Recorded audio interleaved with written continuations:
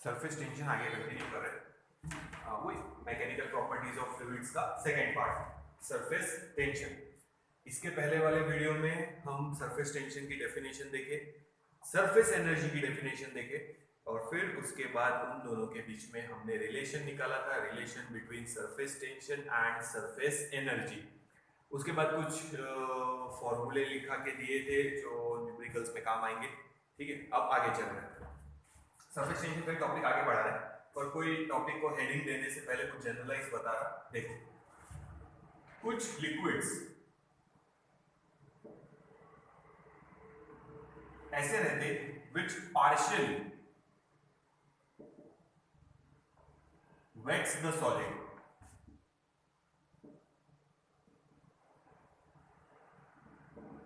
Partially wets the solid मतलब गीला करेंगे वो सॉलिड को, बट पार्शियली गीला करेंगे, कंप्लीटली गीला नहीं करेंगे। ठीक है, उसका भी एग्जांपल देखेंगे कंप्लीटली वाले का। और कुछ लिक्विड्स ऐसे रहते हैं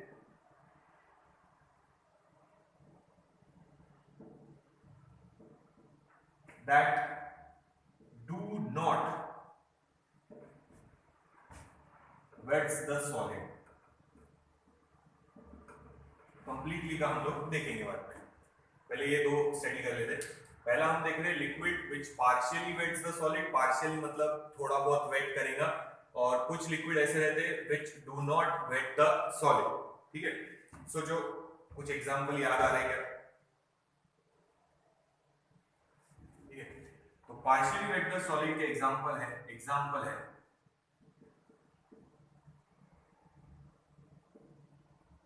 केरोसिन एंड ग्लास। ये मटेरियल का नाम है, नहीं तो ग्लास समझेंगे, मटेरियल ग्लास कांच। ठीक है, और केरोसिन शायद आप लोगों ने देखा तो नहीं होगा, केरोसिन बल्ब जैसा ही है समझो, पर केरोसिन नाम तो सुना ही होगा। पहले स्टोव यूज होते थे, उसमें केरोसिन यूज करते थे। कुछ लोग पेट्रोल की जगह केरोसिन भी मिक्स करके गाड़ियां चला लेते थे। तो केरोसिन एंड ग्लास, या फिर आप वाटर एंड ग्लास भी बोल सकते हैं। ठीक है, प्योर वाटर वर्ड यूज नहीं किया, सिर्फ वाटर वर्ड यूज किया। प्योर वाटर और वाटर में क्या फर्क है याद रखो। प्योर वाटर मतलब जो डिस्टिल्ड वाटर रहता है। डिस्टिल्ड वाटर ऐसा जो सिर्फ वाटर है जिसमें सॉल्ट नहीं है, जो हम बैटरी में डालते हैं वो डिस्टिल्ड वाटर है, वो हम पी नहीं सकते क्योंकि उसमें सॉल्ट ही नहीं है। मिनरल सॉल्ट होने चाहिए ना कुछ ना कुछ। तो ये जो वाटर हम ले रहे हैं, ये हम घर में जो यूज कर रहे हैं, सपोज वो वाटर है जिसमें डिफरेंट टाइप ऑफ सॉल्ट्स है, मिनरल्स है। पर डिस्टिल्ड वाटर जो है वो प्योर वाटर बोलेंगे, पर वो पी नहीं सकते हम लोग, ध्यान रखना। तो अगर आप पेयर को ध्यान से देखें तो ये है सॉलिड और ये है इधर लिक्विड। ठीक है, देखो एक ठीक है, समझ में आ रहा?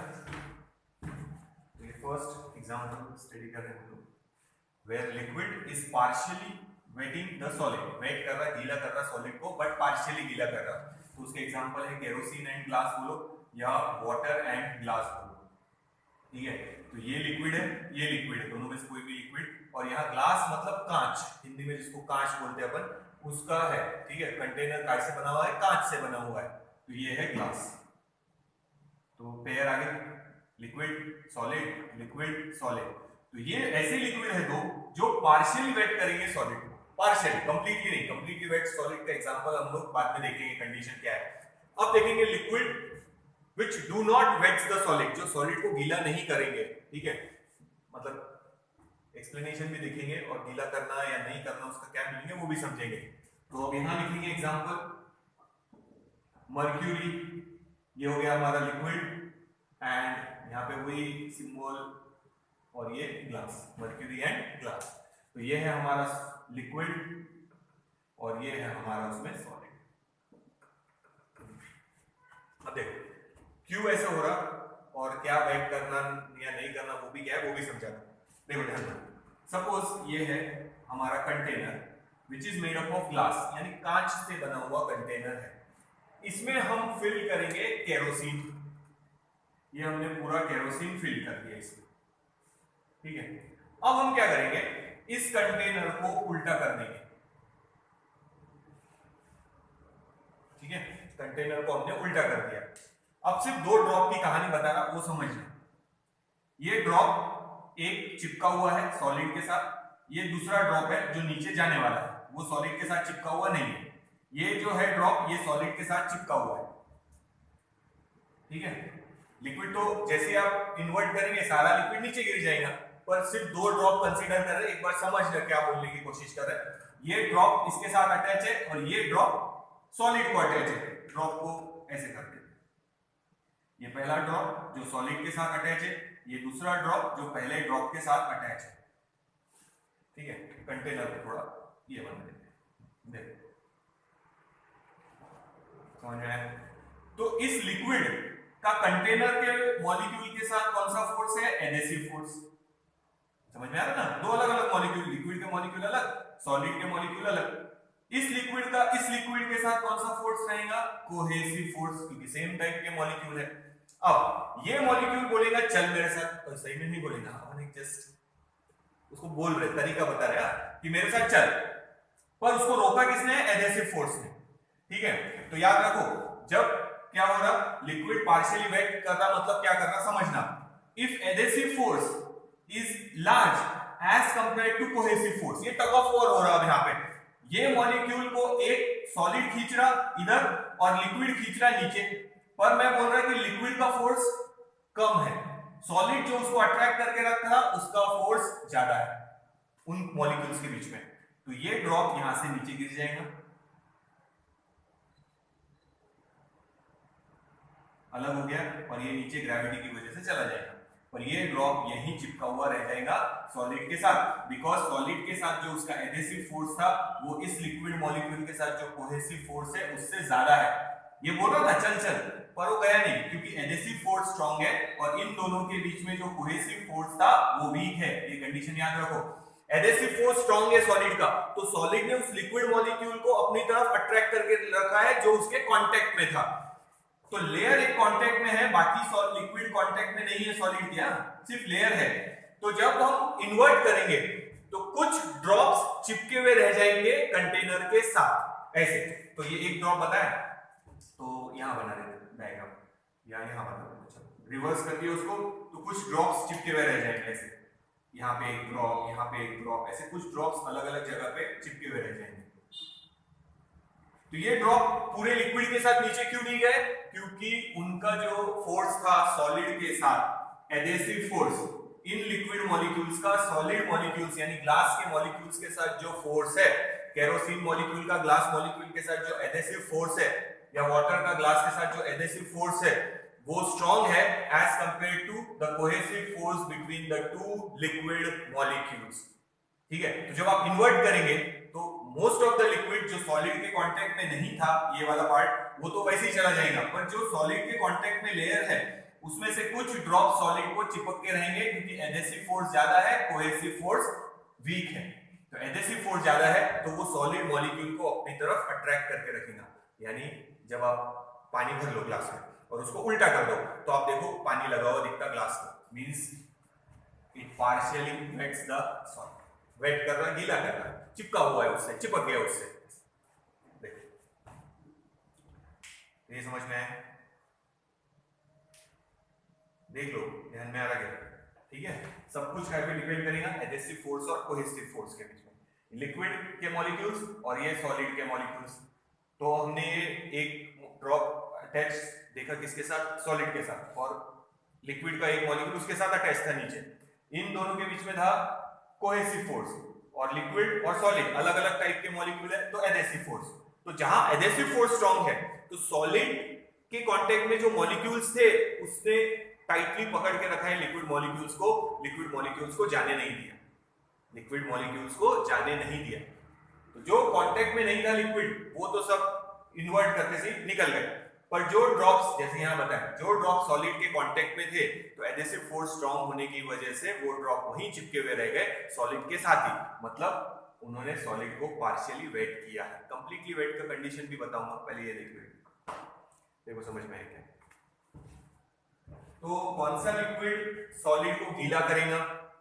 Where adhesive force between liquid and solid molecule is greater than cohesive force between two liquid molecules, ये सेम मॉलिक्यूल है इसलिए कोहेसिव फोर्स, सॉलिड और इस मॉलिक्यूल के बीच में एडेसिव फोर्स, डिफरेंट मॉलिक्यूल्स, तो एडेसिव फोर्स ज्यादा है तो ये सॉलिड ने मॉलिक्यूल को पकड़ के रखा, जाने नहीं दी, ये फोर्स ज्यादा है, टग ऑफ वॉर में ये फोर्स जीत गया ये फोर्स, तो एडेसिव फोर्स में ज्यादा होने की वजह से कुछ मॉलिक्यूल्स यहाँ चिपके हुए रहेंगे, वाटर के बोलो या केरोसिन के बोलो, ग्लास के साथ, ठीक है, ग्लास मतलब समझ में आ रहा है ना, ग्लास मतलब ये ग्लास है, इसको हम कंटेनर बोल रहे हैं, container is made up of glass यानी कांच का बना हुआ है, तो उसमें हमने केरोसिन लिया और उसको इन्वर्ट कर दो तो कुछ कुछ ड्रॉप्स ऐसे लगे हुए दिखेंगे आपको, यानी उसने पार्शियली वेट किया है, ड्रॉप ड्रॉप ड्रॉप ड्रॉप दिखेंगे लगे हुए, तो ये है पार्शियली वेट, और ऐसा कब होगा, ये कंडीशन इंपॉर्टेंट है, कंडीशन याद रखो,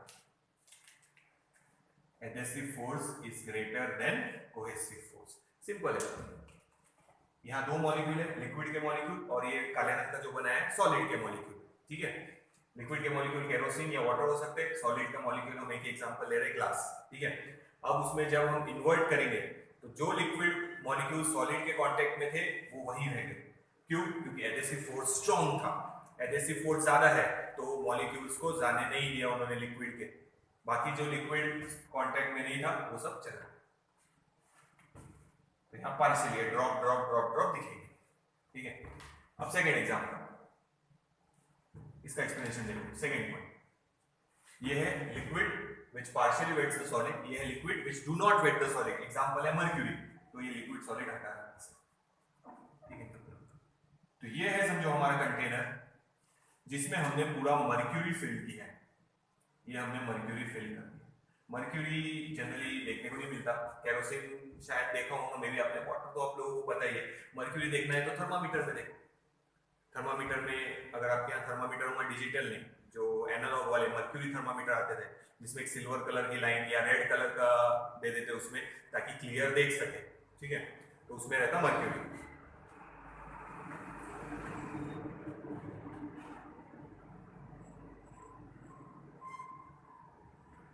तो देखो ये कंटेनर है, ये कंटेनर बना हुआ है ग्लास से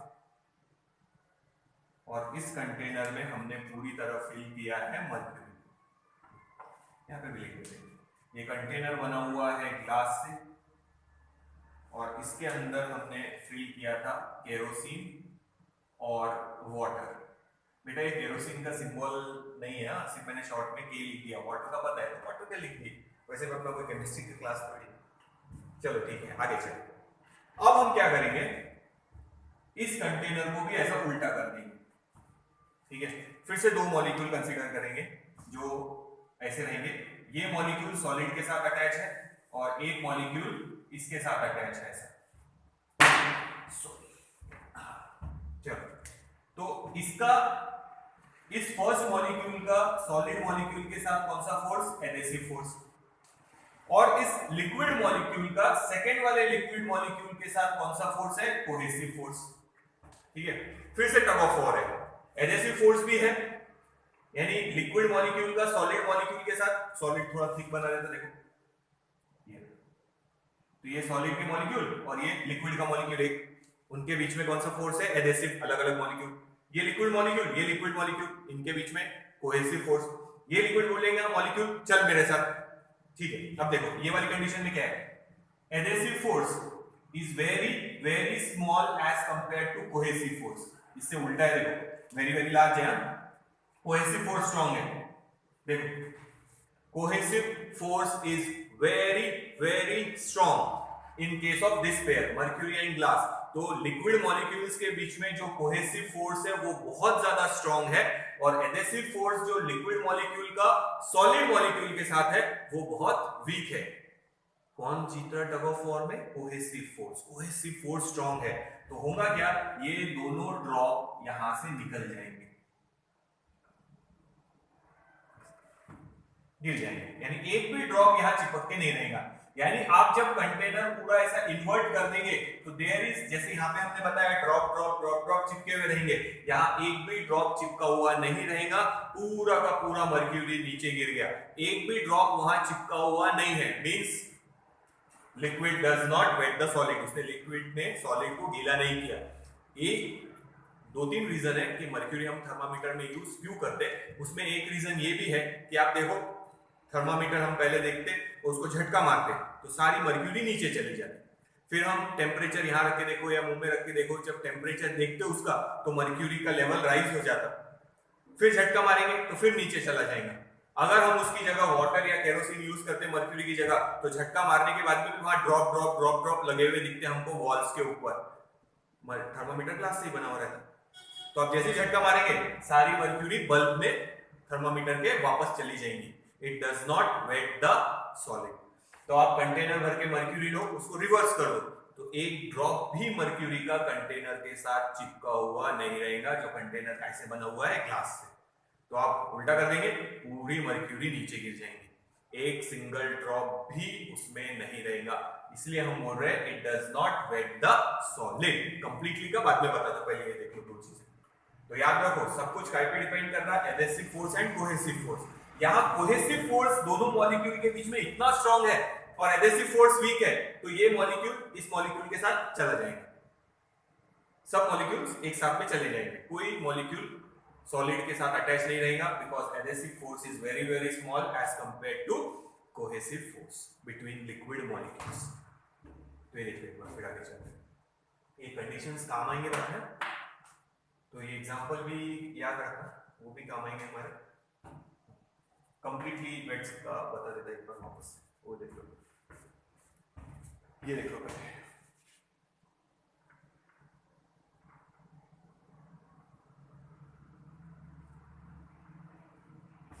तो याद रखो लिक्विड अगर सॉलिड के साथ चिपका हुआ है मतलब वो उसको गीला करना, और लिक्विड अगर सॉलिड के साथ चिपका हुआ नहीं है मतलब वो उसको गीला नहीं करना। ठीक है, समझ में आया, वेट नहीं कर रहा। अब ये इसके साथ अटैच हुए है क्योंकि उन दोनों के बीच में का फोर्स स्ट्रांग है एज कंपेयर टू इन दो मॉलिक्यूल्स के बीच में का, लिक्विड मॉलिक्यूल्स का। तो हम बोल रहे हैं एडहेसिव फोर्स स्ट्रांग है कोहेसिव फोर्स से। अब यहाँ पे सॉलिड के साथ चिपका हुआ नहीं है मतलब समझ जाना एडहेसिव फोर्स कम है, कोहेसिव फोर्स ज्यादा है। देखो तो ये थोड़ा सा लॉजिक देख लो एक बार, ये हमारे काम आने वाला है। ये नोट डाउन कर लो अच्छे से। कंप्लीटली वेट्स द सॉलिड का भी बताता, तीन कंडीशन है, partially wets, does not wet and completely wet. Completely wet का समझाता, ये देखो एक बार पहले। अब देखो थर्ड वाली केस बता देता, where liquid completely wets the solid. इसको हटा देते हैं, सेकेंड वाली को थर्ड यही लिखते हैं, इसके साथ कंपेयर कर लेना। ये हमारे काम नहीं आ गया, ये नोट्स में ऐसा नहीं लिखा हुआ है, समझाने के लिए बता रहा है, पर है जाने की जो कंडीशंस बताओ वो सब है, अगर नहीं लिखना है शॉर्ट में तो लिख देना। कुछ पॉइंट समझाने के लिए एक्स्ट्रा बताने पड़ते हैं, एग्जाम पॉइंट ऑफ व्यू से नहीं आएंगे ये, पर ये हमारे टॉपिक काम आने वाला है। कंडीशंस याद रखना है क्या बोल रहा हूँ वहां पे।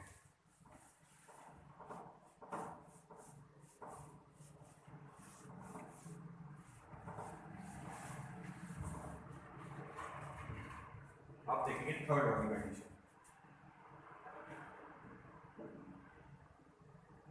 लिक्विड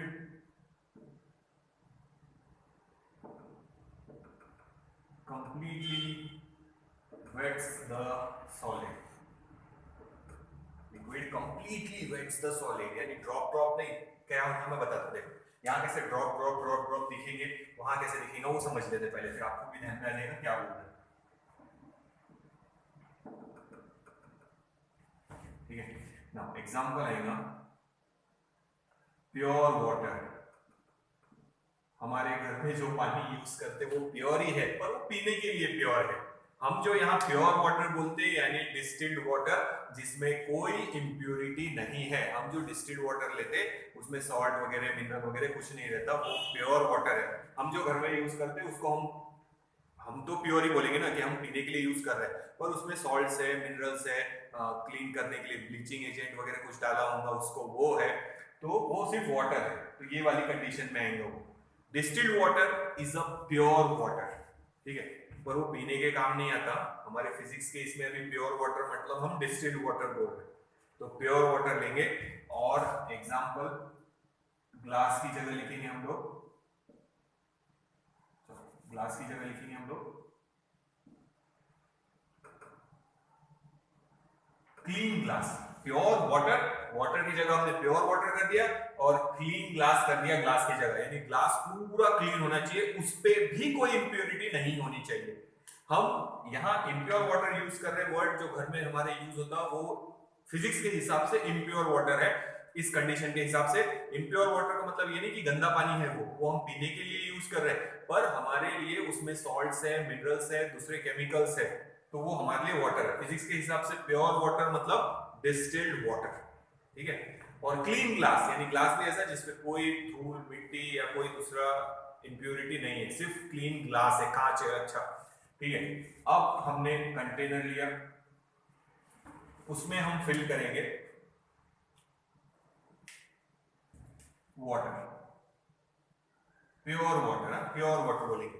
अब जब हम कंटेनर रिवर्स कर देंगे, ध्यान दो, अब रिवर्स कर दिया हमने तो डेफिनेटली वेट तो कर ही रहा, कंप्लीटली वेट बोला है, यहाँ पे पार्शियली वेट बोला, डेफिनेटली एडेसिव फोर्स ज्यादा है, बट यहाँ पे कंडीशन आएगी कि adhesive force is very very large as compare to cohesive force. यहाँ एडेसिव फोर्स खाली लार्ज है तो ड्रॉप ड्रॉप ड्रॉप ड्रॉप लगे हुए दिखेंगे, पर ये वाली केस में इन दो मॉलिक्यूल्स के बीच में जो एडेसिव फोर्स है it is very very large, तो हमको यहाँ पे ऐसी एक लेयर मिलेगी लिक्विड की पूरी चिपकी हुई, ये देखो शायद ब्लू कलर से दिखी जाए, यानी ऐसी पूरी लेयर चिपकी हुई दिखेंगे, ड्रॉप ड्रॉप नहीं दिखेंगे। जैसे यहाँ पे था कि जैसे हमने ये बनाया सेम डायग्राम बनेगी, पर एडेसिव फोर्स इतना ज्यादा है कि सिर्फ ड्रॉप ड्रॉप ड्रॉप ड्रॉप नहीं दिखेंगे, जैसे यहाँ पे मैंने बताया कि ड्रॉप ड्रॉप चिपके हुए दिखेंगे तो समझना पार्शियली वेट कर रहा है, बट अगर कंप्लीटली वेट कर रहा होगा तो पूरी की पूरी लेयर दिखेंगी, ऐसे ये ऐसी लेयर लगी हुई दिखेंगी पूरी की पूरी, क्योंकि एडेसिव फोर्स बहुत ज्यादा स्ट्रॉन्ग है, उसने लिक्विड की लेयर जो उसके कांटेक्ट में थी उसको जाने नहीं दिया है, बाकी लिक्विड जो उसके कांटेक्ट में नहीं था वो चला गया, पर लिक्विड की एक पतली सी लेयर जो सॉलिड के कांटेक्ट में थी वो पूरी की पूरी वहीं रह गई, यानी उसने उसको कंप्लीटली गीला कर दिया है। जबकि यहाँ हमने बोला था ड्रॉप ड्रॉप ड्रॉप ड्रॉप है, पार्शियली वेट किया था, कंडीशन में फर्क याद रखो, यहाँ एडेसिव फोर्स खाली स्ट्रॉन्ग था देन कोहेसिव फोर्स, यहाँ हम बोल रहे हैं कि adhesive force is very very large, बहुत ज्यादा है as compare to cohesive force. तो एडेसिव फोर्स अगर सिर्फ लार्ज है तो पार्शियली वेट करेगा, but adhesive force is very very large as compare to cohesive force, then the liquid completely wets the solid. Example pure water and clean glass. कहीं कहीं पे यहाँ सिल्वर भी लिखा हुआ है, सिल्वर भी लिख सकते हैं, पर ये थोड़ा सा देख लो, कब गीला करेगा कब गीला नहीं करेगा ये डिपेंड करेगा उनके बीच में के फोर्स पे, adhesive force and cohesive force. अब हमारे टॉपिक को हम आगे बढ़ेंगे, ये थोड़ा सा एक बार कहीं नोट डाउन करके रखना, नोट्स में नहीं है, टेक्स्ट बुक में नहीं है, पर कंडीशंस है ये आगे, पर एक बार मैंने अपने हिसाब से उनको समझा दिया, अब आगे देखते हैं तो गीला करेगा या नहीं करेगा कैसे डिपेंड करेगा, adhesive force and cohesive force पे सब कुछ डिपेंड करेगा। इसीलिए ये टाइप जब हमने शुरू किया था सरफेस टेंशन वाला सेकंड पार्ट हमारे चैप्टर का मैकेनिकल प्रॉपर्टीज ऑफ फ्लूइड का, तो सबसे पहले हमने वही लिया था, एडेसिव फोर्स कोहेसिव फोर्स, उसी पे डिपेंड करेगा कि वो सॉलिड को वेट करेगा या नहीं करेगा, और वेट करेगा तो भी कंप्लीटली करेगा या पार्शियली करेगा, तो कंडीशंस याद करो, नोट डाउन कर लो, आगे चलते हैं, ये मिटा रहा,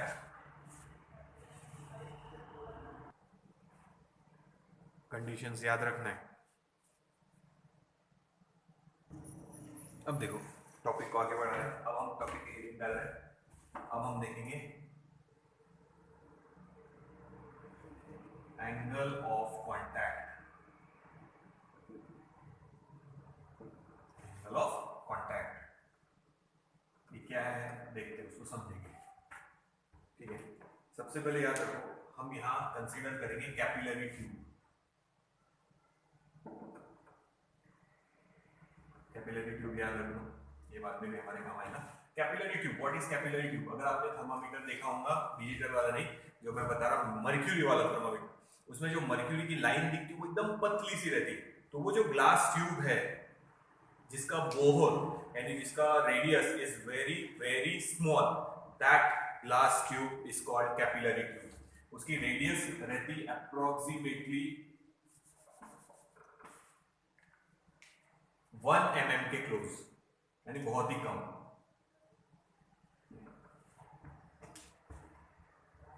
which has very small bore. याद रखो, bore is very very small. तो हम ऐसी कैपिलरी ट्यूब कंसीडर करने वाले हैं.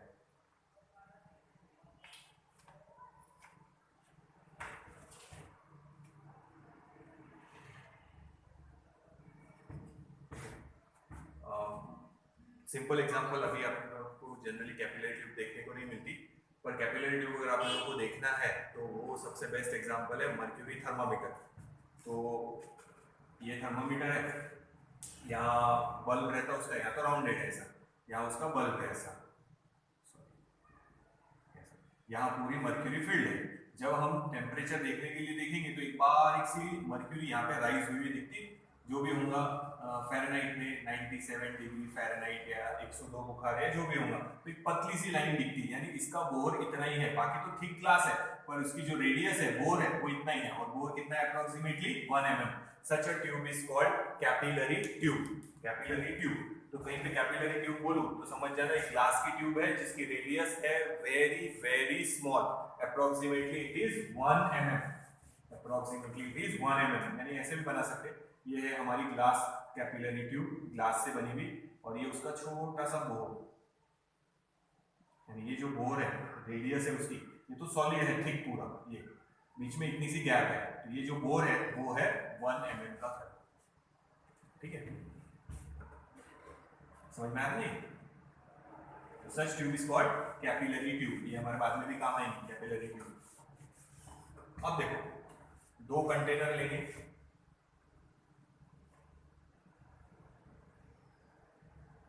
यहां लिखेंगे एग्जाम्पल वाटर या फिर केरोसिन और केरोसिन आइडिया एंड ग्लास. तो ये एग्जाम्पल किसका है? When the liquid partially wets the solid. अभी हुआ है हमारे यहाँ, तो वो लिख सकते चाहे तो, ये वो लिक्विड डाल दिया हम लोगों ने इसमें कंटेनर में. तो ये है फर्स्ट एग्जाम्पल हमारा, liquid partially wets the solid.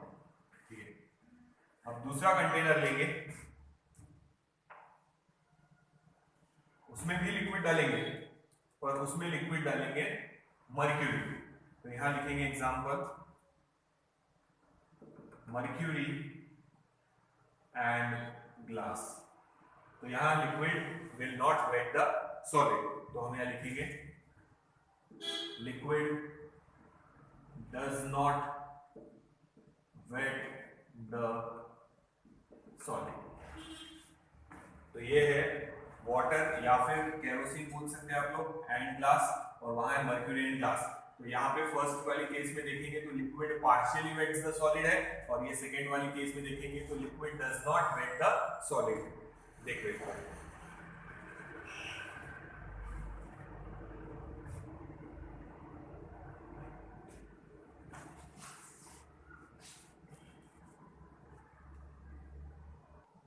अब देखो आगे चलते हैं. अब यहाँ हम लोग डालने वाले हैं कैपिलरी ट्यूब. ये डाली हमने कैपिलरी ट्यूब. इतनी मोटी कैपिलरी ट्यूब नहीं रहती. अभी बताया था उसकी बोर बहुत स्मॉल है, पर अगर मेरे को आप लोगों को क्लियर दिखाना है कि क्या हो रहा, तो डेफिनेटली ऐसी कैपिलरी ट्यूब बनानी पड़ेगी. तो ये भी हम बाद में एक्सप्लेन करेंगे कि ऐसा शेप क्यों बनता, इसमें लिक्विड ऊपर उसमें लिक्विड नीचे क्यों जाता, वो सब एक्सप्लेनेशन है. अभी सिर्फ हम एंगल ऑफ कांटेक्ट एक बार समझा देता कि कैसे गिन रहे, क्या गिन रहे. बाद में सारी चीजों का एक्सप्लेनेशन स्टेप बाय स्टेप हम लोग लेंगे. ठीक है, तो ये लिक्विड थोड़ा सा ऊपर जाएगा, यानी इस लेवल पे नहीं रहेगा, कैपिलरी ट्यूब में थोड़ी सी उसकी हाइट ज्यादा हो जाएगी. तो यहाँ लिक्विड ऐसे, ठीक है. और देखो एक चीज और याद रखो, ये कंटेनर, तो जहां कंटेनर और लिक्विड और सॉलिड कांटेक्ट में नहीं है, वहां तो सरफेस स्ट्रेट ही है, पर यहाँ पे भी अगर ध्यान से देखेंगे तो शेप ऐसा ही दिखेगा. ये ऐसे देखो, इधर और इधर थोड़ा सा शेप ऐसा. इस शेप को अगर आपको याद होगा तो ऐसा शेप अगर है तो इसको हम बोलते हैं कॉनकेव शेप, कॉनकेव मेनिस्कस. इसको मेनिस्कस भी बोल सकते हैं. कॉनकेव कॉन्वेक्स मिरर में हुआ है आप लोगों का, यहाँ पे भी ऐसे ही बनेंगे. अगर आप पानी लेंगे एक टब में, या बकेट में, तो सेंटर में तो ऐसा ही दिखेगा, सेंटर में ऐसा गड्ढा नहीं दिखेगा कि टब में ऐसा पानी में गड्ढा है, ऐसा दिखता है कि टब में कभी अपने को ये ऐसा कि पानी में गड्ढा है, ऐसा नहीं। ये सिर्फ इफेक्ट जो बना रहे अपन ये तभी देखने को मिलेगा जहां सॉलिड और लिक्विड कांटेक्ट में है। तो जहां सॉलिड और लिक्विड कांटेक्ट में है वहां देखो ऐसा शेप आएगा। ये ऐसा शेप क्यों आ रहा, ये लिक्विड ऊपर क्यों गया, ये सब हम आगे एक्सप्लेन करेंगे। सबसे पहले मैं एंगल ऑफ कांटेक्ट बताने की कोशिश कर रहा, तो ये सिर्फ जो बता रहा वो ध्यान रखो। हेडिंग है लिक्विड क्या कर रहा, पार्शियली वेट कर रहा सॉलिड को, और यहाँ लिक्विड वेट नहीं कर रहा, एग्जांपल पहले ही बता चुके, ठीक है। तो शेप ऐसा बनेगा, कौन सा शेप, कॉनकेव। अब देखो, अब यहां हम कैपिलरी ट्यूब डालेंगे, इसमें जो वेट नहीं करता, तो इसमें लिक्विड थोड़ा सा लेवल से नीचे चला जाएगा कैपिलरी ट्यूब में, यानी बाहर की लेवल से थोड़ा सा नीचे, ये ऐसा। अब ये नीचे क्यों गया ये सब हम बाद में देखने वाले हैं, ठीक है, बाद में है। कैपिलरी एक्शन भी एक्सप्लेन करेंगे, ये शेप ऐसा क्यों बना, ये शेप ऐसा क्यों बना, वो भी एक्सप्लेन करेंगे on the basis of adhesive force and cohesive force, वो देखेंगे बाद में, ठीक है। हाँ, तो यहाँ पे भी देखना शेप बॉर्डर पे कैसा बनेगा, ये इधर ऐसा और ये नीचे, देखो ऐसा ही शेप है, और यहाँ पे भी वैसे ही बनेगा स्ट्रेट यहाँ पे, और इधर ऐसा शेप देखो, जैसे यहाँ बना है वैसे वहां देखो। तो यहाँ जो शेप बना है वो ऐसा बना है, और बाकी पूरा लिक्विड है, ये इधर भी बनाएंगे हम लोगों ने। तो यहाँ लिक्विड राइज हुआ है ऊपर थोड़ा सा, यहाँ लिक्विड थोड़ा नीचे गया है, शेप देखना। और इस शेप को हम बोलते हैं कौन सा शेप, कॉन्वेक्स शेप या कॉन्वेक्स मेनिस्कस। देखो एक बार,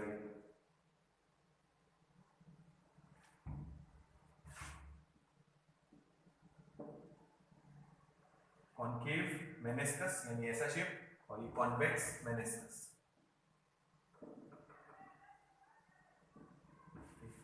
तो ध्यान दो, ये कॉन्केव है वो कॉन्वेक्स है, शेप देखना, ये ऐसा गड्ढा है कॉन्केव, ये ऐसा पहाड़ जैसा बना है तो इट इज कॉन्वेक्स।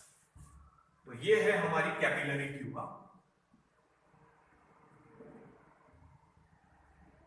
और ये है हमारी यहाँ पे कैपिलरी। तो कैपिलरी ट्यूब हमने दो अलग अलग लिक्विड में डाली है। एक लिक्विड ऐसा है जहां लिक्विड पार्शियली वेट करता सॉलिड को, और एक लिक्विड ऐसा है जहां it does not wet the solid. तो एक केस में लिक्विड थोड़ा ऊपर गया है, एक केस में लिक्विड थोड़ा नीचे गया है। कौन सी केस में ऊपर गया, कौन सी केस में नीचे गया, वो याद रखना।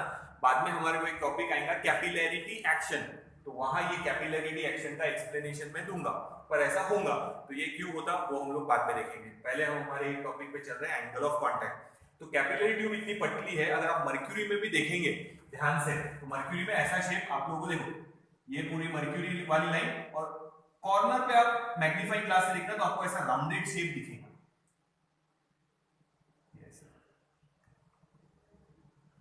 कैपिलरी ट्यूब के अंदर कौन सी कैपिलरी ट्यूब, थर्मामीटर में अगर आप देखेंगे तो ये और ये देख सकते हैं आप। पेन की पतली सी रिफिल है, पुराने जो मतलब डॉट पेन वाले पेन होंगे अगर आपके पास, इंक पेन वगैरह नहीं बोल रहे, या जेल पेन वाले नहीं, वो मोटे रहते हैं। अगर पतली रिफिल वाला कोई पेन है आपके पास, तो रिफिल अगर खाली हो गई होंगी तो उसका टिप निकाल दो मेटल वाला, और उसको आप पानी में डाल के देखो। अगर आप ऑब्जर्व करेंगे तो पानी थोड़ा सा रिफिल में ऊपर आ जाता, वो आप करके देखना। पानी का ग्लास ले लेना, उसमें वो पतली वाली रिफिल अगर होगी तो वो डाल के देखो, तो आपको क्लियर दिखेगा कि पानी उसमें लेवल थोड़ी सी ऊपर आ गई। मर्क्यूरी का हम लोग करके नहीं देख सकते क्योंकि घर में मर्क्यूरी नहीं है, पर आप ये थोड़ा सा करके देख सकते हैं। तो अब एंगल ऑफ कांटेक्ट पे चलते हैं। तो जहां लिक्विड पार्शियली वेट करेगा सॉलिड को, एग्जांपल है वाटर एंड ग्लास या केरोसिन एंड ग्लास, और यहाँ है does not wet the solid, liquid does not wet the solid, example है मर्क्यूरी एंड ग्लास। दोनों जगह शेप अलग अलग बना है। अब ध्यान दो, एंगल ऑफ कांटेक्ट बता रहा। अब ये कर्व को अगर मैं टेंजेंट बनाऊं तो यहां बनाएंगे हम लोग टेंजेंट। ये सर्कल है ना, देखो सर्कल है, उसका पार्ट है, तो हम यहाँ टेंजेंट ड्रॉ करेंगे। तो ये जो एंगल बना है ये, इसको बोलते हैं एंगल ऑफ कांटेक्ट। तो ध्यान रखो, ये हमारी स्ट्रेट लाइन थी, हमने इधर एंगल बनाया है, तो हम सॉलिड सरफेस के साथ इधर भी एंगल बना सकते थे, इधर भी एंगल बना सकते थे, तो हमने इधर वाला चूज किया, इधर वाला नहीं। तो ये जो एंगल बना है वो टेंजेंट के साथ है, इस पॉइंट पे टेंजेंट ड्रॉ किया हमने, उस टेंजेंट का सॉलिड सरफेस के साथ। और कौन सा सॉलिड सरफेस, जो लिक्विड के अंदर है।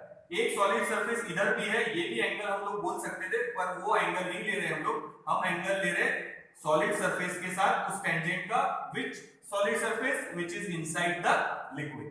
तो यहां टेंजेंट बनाएंगे, ये ऐसे बनेंगे, ये कर्व ऐसा है ना, तो टेंजेंट ऐसा बनाएंगे। ये देखो ये सर्कल हमारा, यहाँ टेंजेंट बनाना है, इतना पोर्शन है हमारा वहां पे, ये तो टेंजेंट यहाँ बनाना है तो इधर बने, ठीक है, इतना ही पोर्शन है ना, यह कर, तो ये टेंजेंट ड्रॉ किया। अब एंगल लेना है सॉलिड सरफेस के साथ विच is inside the liquid, which is inside the liquid, तो ये एंगल आएगा थीटा, ये है हमारा एंगल ऑफ कांटेक्ट। ध्यान से देखेंगे तो ये एंगल है यहाँ पे एक्यूट, एक्यूट का मतलब समझ क्या था ना, theta is less than 90 degree, ये वाली केस में। और अगर ये वाली केस में देखेंगे तो ये थीटा है ऑब्ट्यूज, ऑब्ट्यूज का मतलब है theta is greater than 90 degree. देखो समझ में आ रहा है, तो ये जो एंगल है, जैसे हम वेट कर रहा नहीं कर रहा वो एडहेसिव फोर्स और कोहेसिव फोर्स से पहचाने, वैसे आप एंगल ऑफ कांटेक्ट से भी पहचान सकते हैं कि वो पार्शियली वेट करेगा या वेट नहीं करेगा। देखो कंप्लीटली वेट का हम बाद में देखेंगे। अगर थीटा लेस देन 90 है, यानी कर्व बन रहा कौन सा, कॉनकेव मेनिस्कस, तो समझना लिक्विड पार्शियली वेट करेगा सॉलिड को, या शेप बनेगा ऐसा कॉन्वेक्स, या हम बोलेंगे एंगल ऑफ कांटेक्ट है ऑब्ट्यूज, यानी थीटा है ग्रेटर देन 90, तो समझ जाना liquid does not wet the solid. अच्छा मैं चीज एक बता रहा हूं, ध्यान रखना, एंगल ऑफ कांटेक्ट की अभी तक डेफिनेशन अपनी हुई नहीं है, मैं बताऊंगा अभी। जहां एंगल ऑफ कांटेक्ट की डेफिनेशन है वहां मैंने ये दो एग्जांपल भी लिखे हैं, फर्स्ट कंडीशन सेकंड कंडीशन।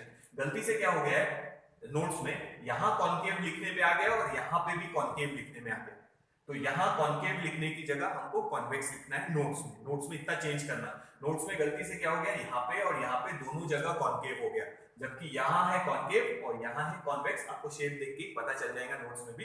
तो नोट्स में उतना करेक्शन आप लोगों ने करना है, इतना एक बार समझ लो, फिर मैं डेफिनेशन पे चलूं। फिर ये ऊपर क्यों गया लिक्विड, ये लिक्विड थोड़ा नीचे क्यों गया, उसका भी एक्सप्लेनेशन हमको है बाद में। फिर ये शेप ऐसा ही क्यों बना, यहाँ शेप ऐसा ही क्यों बना, इसका एक्सप्लेनेशन भी हम एंगल ऑफ कांटेक्ट की डेफिनेशन के बाद देखेंगे। पर अगर आपको किसी ने मेनिस्कस के बारे में भी बता दिया या एंगल ऑफ कांटेक्ट के भी बारे में बता दिया, तो आप पहचान सकते हैं कि लिक्विड वेट करेगा या नहीं करेगा। If theta is less than 90 degree या शेप कॉनकेव है, तो समझ जाना liquid partially wets the solid, या शेप देख के भी आप पहचान सकते हैं। या शेप कॉन्वेक्स है मेनिस्कस और थीटा ऑब्ट्यूज है, कुछ भी पता रहा दोनों में से, तो भी हम बता सकते हैं कि liquid does not wet the solid. तो एंगल ऑफ कांटेक्ट की डेफिनेशन बता था। ध्यान रखो, एंगल हम इधर भी बना सकते थे, इधर भी बना सकते थे, एंगल हम इधर भी बना सकते थे टेंजेंट के साथ, इधर भी बना सकते थे, पर हमने वो सॉलिड सरफेस चूज किया है जो लिक्विड के अंदर है, जो लिक्विड के अंदर है। तो ये टेंजेंट, ये एक लाइन, ये दूसरी लाइन, दूसरा दो लाइन के बीच में का एंगल, एक लाइन है टेंजेंट, दूसरी लाइन है सॉलिड सरफेस। आउटसाइड भी हो सकता था पर हमने लिया है इनसाइड द लिक्विड। यहां पे भी देखो ये है टेंजेंट एक लाइन और दूसरी लाइन ये लिया है हमने सॉलिड सरफेस वाली, ये वाली लाइन, ठीक है। तो सॉलिड सरफेस ये भी हो सकता था, इधर वाला भी हो सकता था, तो हमने सॉलिड सरफेस लिया है इनसाइड द लिक्विड। तो ये हम डेफिनेशन में डालेंगे कि एंगल हमेशा दो लाइन के बीच में रहता है। तो एक लाइन है टेंजेंट, एक लाइन है हमारी solid surface, but solid surface वो कंसीडर करेंगे जो लिक्विड के अंदर है। और देखो यहाँ पे भी अगर टेंजेंट बनाएंगे ऑब्ट्यूज ही आएगा, तो कहीं पे बने तो चलता, ठीक है। तो ये घर पे देखेंगे तो बीच में नहीं दिखेगा ऐसे, बीच में तो आपको स्ट्रेट नहीं दिखेगा, पर जहां टब के कॉर्नर पे पानी टच हो रहा वहां देखेंगे तो आपको दिखेगा। ये देखो फिर से बता रहा हूं, ये टब है हमारा या बकेट है, तो बीच में तो पानी को कुछ गैप देखने को नहीं मिलेगा, पर जहां पानी सॉलिड को टच हो रहा वहीं ये इफेक्ट देखने को मिलेगा, थोड़ा सा लिक्विड ऐसा ऊपर चढ़ा हुआ दिखेगा आप लोगों को।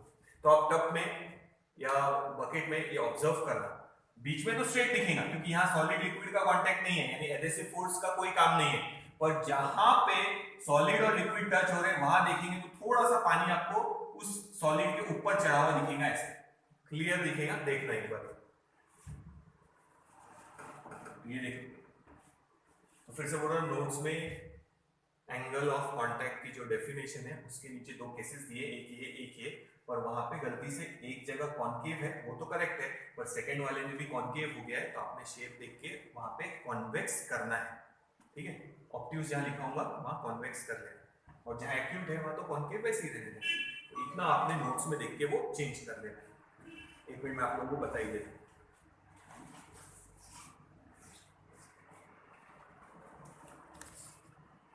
ये देखो,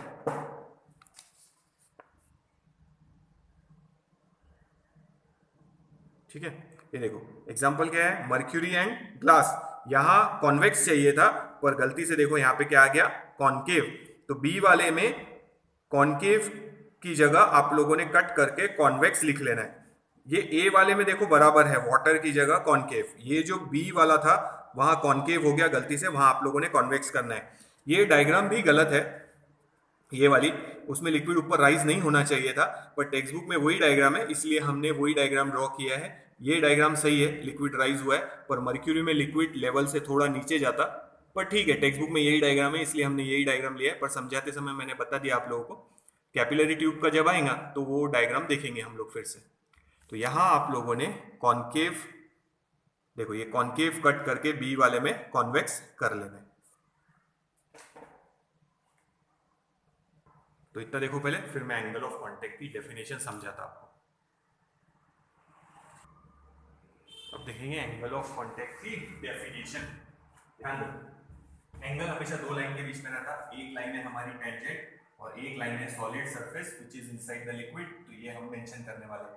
सेकंड थिंग, हमने टेंजेंट यहां बनाया है एकदम एज पे, यहाँ पे बीच में नहीं, या यहाँ बना सकते थे आप लोग, बीच में नहीं बनाया। तो हम टेंजेंट सिर्फ उसी जगह बना रहे हैं जहां सॉलिड और लिक्विड का कांटेक्ट है, क्योंकि ये इफेक्ट आप लोगों को वहीं देखने को मिलेगा जहां सॉलिड और लिक्विड का कांटेक्ट है। जैसे यहाँ पे या यहाँ पे देखो, ये यहाँ पे भी आप टेंजेंट ड्रॉ कर सकते थे, तो वही आएगा ऑब्ट्यूसी। ठीक है, तो एक जगह कहीं बना लो, फर्क नहीं पड़ेगा।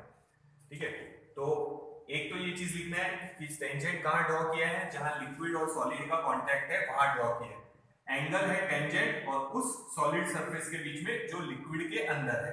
तो एक जगह एक्यूट है और एक जगह ऑब्ट्यूस है, ये कंडीशन याद रखो। एक्यूट यानी ये, ऑब्ट्यूस यानी ये चेंज करने को बोला है तो आप लोग चेंज कर लेना और ये याद रखो। ठीक है, अब देखेंगे एंगल ऑफ कांटेक्ट की डेफिनेशन, ध्यान से सुनना। Angle of contact is defined as it is the angle between, दो लाइन बताने हैं, एंगल बिटवीन द टेंजेंट। तो टेंजेंट कहां ड्रॉ किया है, tangent at the point of contact. Tangent कहां ड्रॉ किया है, at the point of contact between solid and liquid. And दूसरी लाइन बता रहे हैं, solid surface which is inside the liquid, solid surface which is inside the liquid. तो हमने बोला एक टेंजेंट और एक solid surface inside the liquid, उनके बीच में जो एंगल है वो एंगल है एंगल ऑफ कांटेक्ट। फिर से सुनो, और टेंजेंट कहां ड्रॉ किया है, at the point of contact between solid and liquid. फिर से सुनो, एंगल ऑफ कांटेक्ट की definition, angle of contact is defined as the angle between the tangent, angle between the tangent, यानी पहली लाइन बोल रहे हैं हम लोग tangent. Angle of contact is defined as the angle between the tangent. कहां draw किया है tangent, tangent at the point of contact between solid and liquid, tangent at the point of contact between solid and liquid, and second line के बारे में बोल रहे हैं, and the solid surface which is inside the liquid. तो for water and glass or kerosene and glass, angle of contact is acute or less than 90. अगर कहीं बोला एंगल ऑफ कांटेक्ट एक्यूट है या लेस देन 90 मतलब भी वही है, तो समझ जाएंगे कि लिक्विड पार्शियली वेट करेगा सॉलिड को, या शेप भी बता दिया तो भी यही समझना है। अगर एंगल ऑफ कांटेक्ट दिया है ऑब्ट्यूस या ग्रेटर देन 90 बोल दिया, या फिर शेप दे दिया कॉन्वेक्स, तो ये समझना है कि liquid does not wet the solid. तो अलग अलग तरीके हैं, एडेसिव फोर्स के बारे में मालूम है, कोहेसिव फोर्स के बारे में मालूम है, तो भी हम बता सकते हैं। जैसे हमने पहले लिखा था यहाँ पे कि ये वाली कंडीशन में रहेगा adhesive force is large as compared to cohesive force. यहाँ हमने लिखा था adhesive force is very very small as compared to cohesive force. तो इससे भी आप पहचान सकते हैं ये वाली कंडीशन, और इन दोनों से भी कंडीशन पहचान सकते हैं। तो ये देखिए, फिर से एक बार डेफिनेशन बताया था, देखते हैं। Angle of contact is defined as, angle of contact is defined as the angle between the tangent at the point of contact। Tangent कहां ड्रॉ किया है, at the point of contact between solid and liquid, उनके point of contact पे हमने tangent draw किया है, and the solid surface which is inside the liquid। यहाँ पे देखो टेंजेंट ऐसी बनी है, angle of contact is defined as the angle between the tangent to the liquid surface पे टेंजेंट ड्रॉ किया है at the point of contact and the solid surface which is inside the liquid. इधर भी solid surface है पर हमने यही ले है, दोनों जगह same, which is inside the liquid. Solid surface जो इनसाइड द लिक्विड है उसके साथ जो एंगल बनेगा वो है एंगल ऑफ कॉन्टैक्ट। तो यहाँ एक्यूट है, यहाँ ऑब्ट्यूज। और कंप्लीटली वेट द सॉलिड का एक बार जनरलाइज यहाँ बता देते। ये देखो ये कैपिलरी ट्यूब है तो उसमें पानी का सरफेस रहेगा स्ट्रेट, ना कॉन्केव रहेगा ना कॉन्वेक्स रहेगा, यहाँ शेप रहेगा प्लेन। इसका भी एक्सप्लेनेशन हम लोग बाद में देखेंगे। तो यहाँ टेंजेंट ऐसी आएंगी यानी एंगल ऑफ कॉन्टैक्ट आएगा 0 डिग्री, स्ट्रेट टेंजेंट आएंगे तो एंगल ऑफ कॉन्टैक्ट हो जाएगा 0। तो वो हम बाद में देखेंगे, पहले ये दो मेन है, यही दो देख लो। तो एंगल ऑफ कॉन्टैक्ट 0 रहा तो liquid completely wets the solid, और वो हम बाद में जब एक्सप्लेन करेंगे, इन दोनों का एक्सप्लेनेशन देखना है अब, तो इन दोनों का जब एक्सप्लेनेशन देखेंगे तो इसका भी एक्सप्लेनेशन आ ही जाएगा वहां पे। तो ये शेप ऐसा क्यों बनता वो पहले हम लोग देखेंगे, फिर उसके बाद ये लिक्विड ऊपर क्यों गया, ये लिक्विड नीचे क्यों गया, ये हम लोग बाद में देखेंगे कैपिलरी एक्शन में। तो पहले हम ये समझेंगे कि ये लिक्विड ऊपर, सॉरी, ये लिक्विड का शेप कॉन्केव क्यों हुआ और ये लिक्विड का शेप कॉन्वेक्स क्यों हुआ, वो हमको मेन समझना है पहले। तो वो है एडहेसिव फोर्स और कोहेसिव फोर्स के ऊपर ही डिपेंडेंट। तीसरी वाली केस भी उसमें आ जाएंगी, तो इसलिए हमने ज्यादा डिटेल में वो डायग्राम बनाई नहीं है। पहले ये एक्सप्लेन करेंगे, फिर ये एक्सप्लेन करेंगे, फिर वो 0 एंगल ऑफ कॉन्टैक्ट वाली भी मैं एक्सप्लेन करूंगा। तो एंगल ऑफ कॉन्टैक्ट 0 रहा तो liquid completely wets the solid. तो ये भी जो शेप बन रहा है वो एडहेसिव फोर्स और कोहेसिव फोर्स पे डिपेंड करेंगे। तो एक बार आप डेफिनेशन देख लो एंगल ऑफ कॉन्टैक्ट की, बेसिक कॉन्सेप्ट जो समझाया वो समझ लो पहले, फिर आगे चलो। ये नोट डाउन करो और जो नोट्स में चेंज करने के लिए बोला है वो चेंज कर लेना अभी।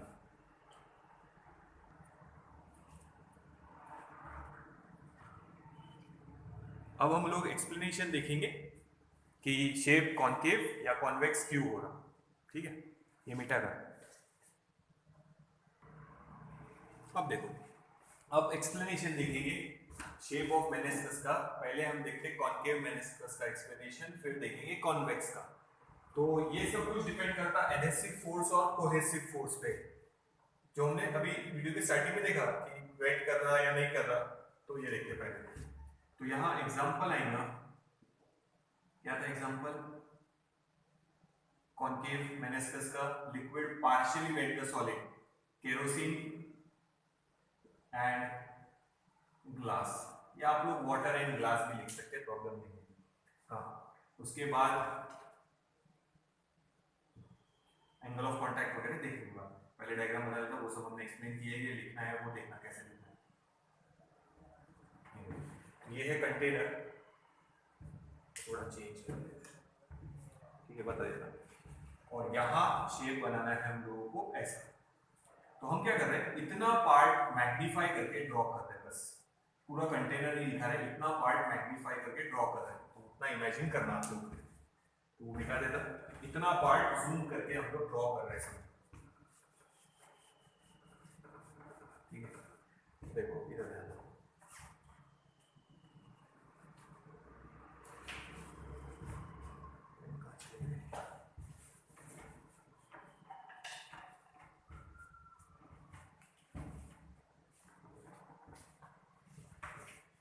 चलो इधर ध्यान दो। तो ये है सॉलिड सरफेस, इधर ऊपर ये है सॉलिड सरफेस और ये इधर लिक्विड है। समझो अभी फिलहाल स्ट्रेट ही ड्रॉ कर रहे हैं हम, ये है हमारा लिक्विड।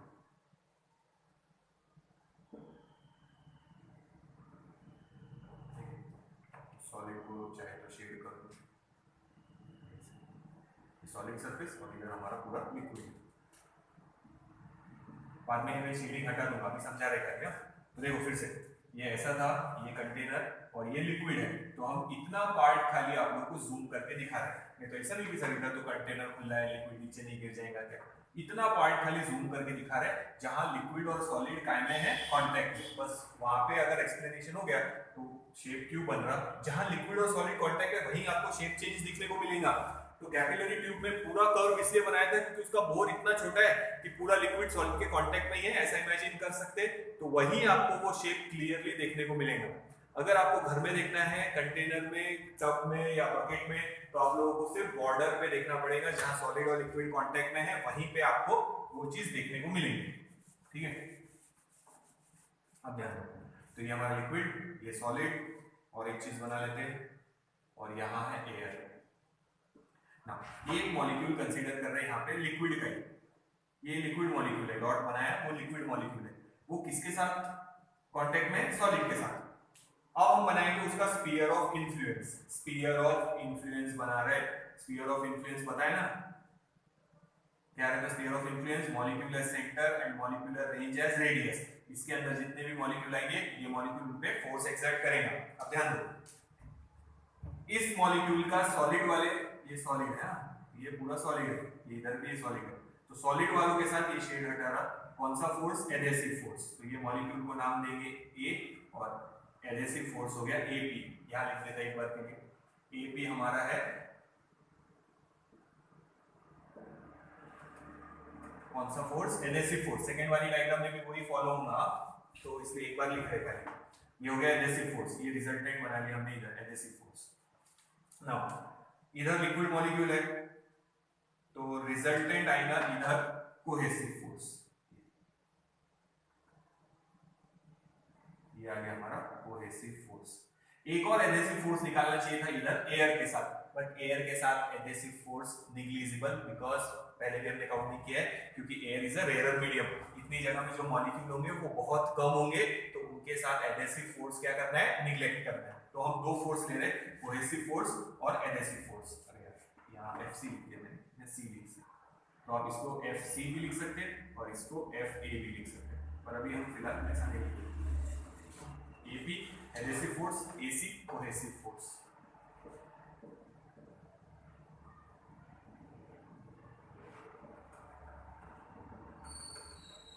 पहले इतना देखो समझ में है, फिर आगे चलें।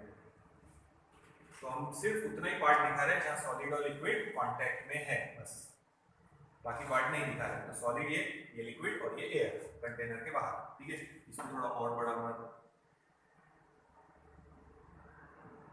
ये हमारा AP adhesive force, AC cohesive force. इतना देख लो पहले। तो ये वाली केस में हमने लिखा ही था कि एडहेसिव फोर्स यानी एपी, या हम हमारे लैंग्वेज में लिख लेते हैं adhesive force is greater than cohesive force. सबसे स्टार्टिंग में मैंने बताया था ये कंडीशन कि लिक्विड कब वेट करता, लिक्विड कब वेट नहीं करता। तो जब वेट कर रहा तो adhesive force is large as compared to cohesive force.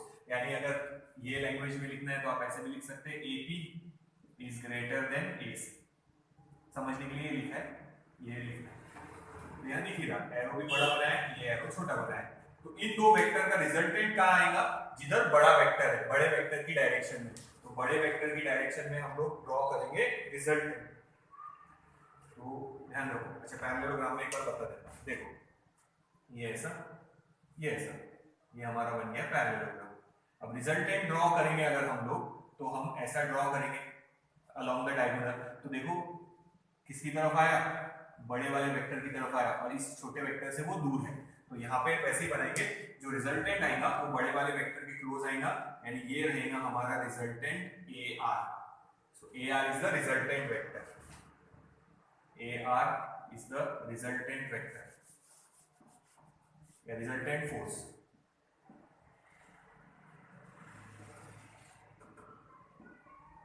देखो ये इतना देखो पहले, समझ में आएगा सब फोर्स। एडहेसिव फोर्स एयर के साथ लेना चाहिए था, बट वो निग्लेजिबल है इसलिए उसको छोड़ दिया। पहले इतना समझ लो, ये मैं मिटा दूंगा, पर यही सेम सिंबल ऐसी डायग्राम इधर ड्रॉ करेंगे तो फिर ये लिखने के लिए जगह नहीं रहेगी। तो ये दोनों के लिए कॉमन है, AP adhesive force, AC cohesive force. ये एरो जो बताया है ये कोहेसिव फोर्स, ये एरो जो बताया है वो एडहेसिव फोर्स, और ये उन दोनों का रिजल्टेंट ए आर, ये वाली direction inside the solid. Resultant का है टुवर्ड्स द सॉलिड या इनसाइड द सॉलिड।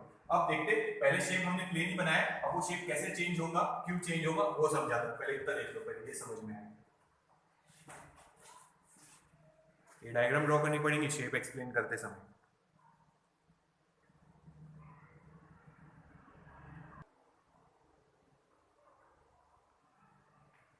तो अब देखो एक्सप्लेनेशन समझ जा। अब शेप चेंज क्यों होगा? अगर लिक्विड को इक्विलिब्रियम में रहना है यानी स्टेशनरी रहना है तो उसका ये जो रिजल्टेंट फोर्स है वो सरफेस को नॉर्मल आना चाहिए। तो ये अभी देखो सरफेस के साथ एंगल 90 डिग्री है क्या? नहीं है। तो सरफेस शेप चेंज करेगा जैसे लिक्विड और सॉलिड कांटेक्ट में आएंगे ये सारे फोर्स एक्ट होंगे और उन फोर्सेस की वजह से वो शेप अपने आप चेंज हो जाएंगे। अब शेप की डायग्राम चेंज कर देते हैं हम लोग। ये तो ये यहाँ ऐसा शेप बनेगा।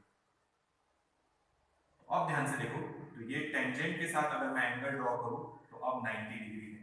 तो ये सॉरी टेंजेंट के साथ हो रहा है, रिजल्टेंट के साथ अगर एंगल ड्रॉ करूं तो 90 डिग्री है। तो अब शेप चेंज हो गया, ऐसा हो गया उसकी वजह से, इन दोनों फोर्सेस की वजह से।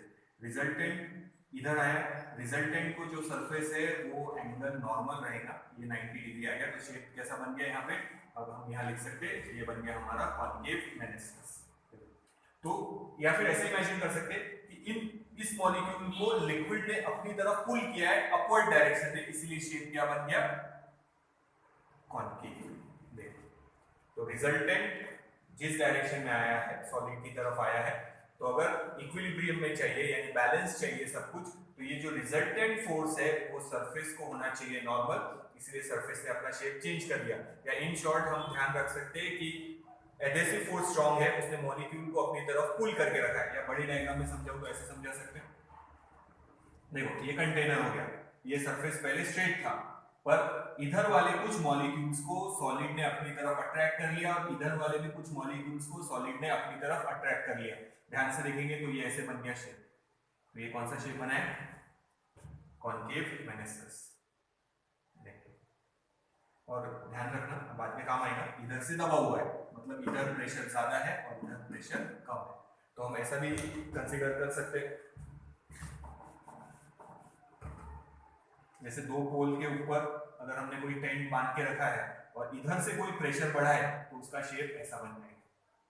तो जहां टाइड अप है वहां मॉलिक्यूल वहीं रहेंगे और बाकी इधर आ गए ऐसे। तो प्रेशर का हम लोग बाद में देखेंगे। तो अगर मैं यहाँ लिखूं प्रेशर P1, यहाँ लिखूं प्रेशर P2, तो डेफिनेटली P1 प्रेशर ज्यादा है इसलिए वो नीचे दब गया।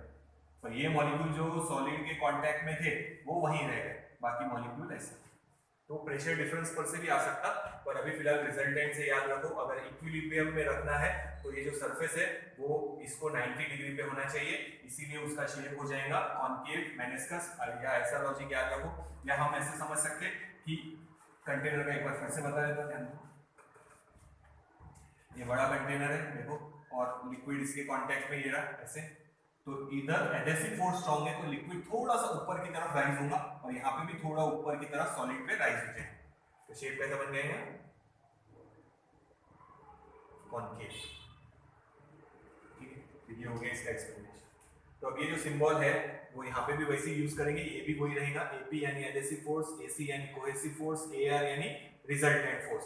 अब नोट्स में क्या किया है, टेक्स्ट बुक में था इसलिए नोट्स में भी किया है, यहाँ पे टेंजेंट भी ड्रॉ किया है। पर अगर मैं टेंजेंट भी ड्रॉ करूँ तो सब मिक्स हो जाएगा। एंगल ऑफ कांटेक्ट यहाँ नहीं भी बताएंगे, 1 2 3 फोर्सेस के बारे में बता दो, काम खत्म। अब टेंजेंट ड्रॉ करो तो वो एक और मिक्स हो जाएगा, उसको उन्होंने नाम दिया है एटी। उसको एरो नहीं देना, वो खाली टेंजेंट है और इधर ही आएंगे वो टेंजेंट ऐसे, और वो एंगल क्या बनेगा? एक्यूट। तो वो बताने की जरूरत नहीं है अभी फिलहाल। तो ये देखिए ये कॉनकेव मेनिस्कस का एक्सप्लेनेशन हो गया। तो कुछ मॉलिक्यूल्स ऊपर की तरफ पुल हुए जैसे मैंने यहाँ बताया, तो ये शेप बन जाएगा ऐसे। एडहेसिव फोर्स स्ट्रांग है, रिजल्टेंट ये डायरेक्शन। या फिर ऐसे याद रखो इक्विलिब्रियम के लिए लिक्विड सरफेस और जो रिजल्टेंट फोर्स है उनके बीच में एंगल होना चाहिए 90 डिग्री। सेकंड एक्सप्लेनेशन दे रहे हैं। सेकंड के एक्सप्लेनेशन में ये सब वैसे रहेंगे पर लिखने के लिए जगह नहीं है तो ये वापस लिखेंगे नहीं। तो अब कॉन्वेक्स मेनिस्कस का एक्सप्लेनेशन देखते हैं। देख लो पहले तो ठीक है, याद रखना यहाँ शेप ऐसा क्यों हुआ है क्योंकि एडहेसिव फोर्स स्ट्रांग है। तो यहाँ लिक्विड मॉलिक्यूल थोड़े ऊपर की तरफ पुश हुए, रिजल्टेंट के साथ एंगल 90। तो शेप देखेंगे, इधर हमने स्ट्रेट कर दिया उसको क्योंकि यहाँ सॉलिड लिक्विड कांटेक्ट नहीं है, यहाँ शेप चेंज होगा खाली। लिक्विड मॉलिक्यूल कुछ अपवर्ड डायरेक्शन में पुल हुए क्योंकि एडहेसिव फोर्स स्ट्रांग है। ठीक है, अगर कोहेसिव फोर्स स्ट्रांग होता तो नीचे की तरफ पुल होंगे, वहां बताएंगे अभी। ठीक है, प्रेशर का याद रखना जो बताया था, बाद में काम आएगा। अब यहां देखते हैं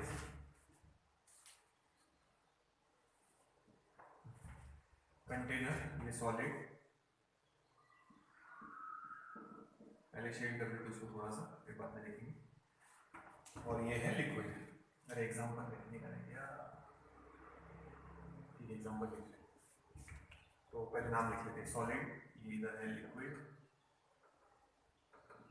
और इधर है गैस, गैस नहीं एयर है, एयर के साथ निग्लिजिबल रहेंगे एडहेसिव, उस पर सिर्फ लिखना है उसको। यहाँ एग्जांपल ऊपर लिख रहा, एग्जांपल है मर्क्यूरी एंड ग्लास, ठीक है। और ध्यान देना, फिर से सुनना, अब ये फोर्स स्ट्रांग था तो उसने मॉलिक्यूल को ऊपर पुल कर लिया, ये फोर्स स्ट्रांग है मॉलिक्यूल को नीचे, तो डेफिनेटली कॉन्वेक्स शेप अपने आप बनेगा। वही एक्सप्लेनेशन हम लोगों को यहाँ दिखना है। अब देखो ये है वो लिक्विड मॉलिक्यूल जो सॉलिड के कांटेक्ट में है, फिर बनाएंगे उसका स्फीयर ऑफ इन्फ्लुएंस, ये है उसका स्फीयर ऑफ इन्फ्लुएंस, ये है उस पे एडहेसिव फोर्स, इधर एडहेसिव फोर्स कम बनाना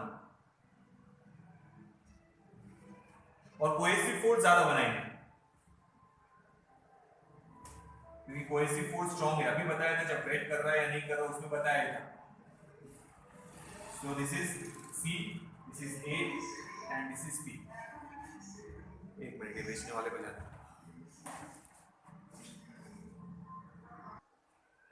अब यहाँ पे मैंने कंडीशन आप लोगों को बताया था, जैसे यहाँ लिखा है वैसे यहाँ लिखे थे हम लोगों ने, जब वेट करता है या नहीं करता, तो ये does not wet the solid वाला है मर्क्यूरी एंड ग्लास, तो adhesive force is very very small as compare to cohesive force.